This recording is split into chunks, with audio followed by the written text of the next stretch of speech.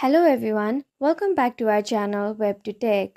Today in this video, I'm going to guide you guys on a step-by-step tutorial on how to change language on Bing app. The Bing app is a mobile application developed by Microsoft that offers a variety of AI-powered features designed to enhance your search and overall user experience. In order to change language on Bing app, all you need to do is tap on your Bing app. After opening, you will see your Bing homepage. From here, you'll need to tap on profile icon in the top left corner of your screen. After tapping on the profile icon, you will see a menu pop up with a lot of options on your screen. Here, you'll need to tap on option that says settings.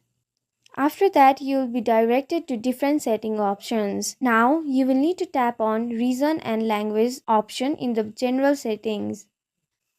Here you can see your country and region, the displayed language and speech language. You can change all three of them from here.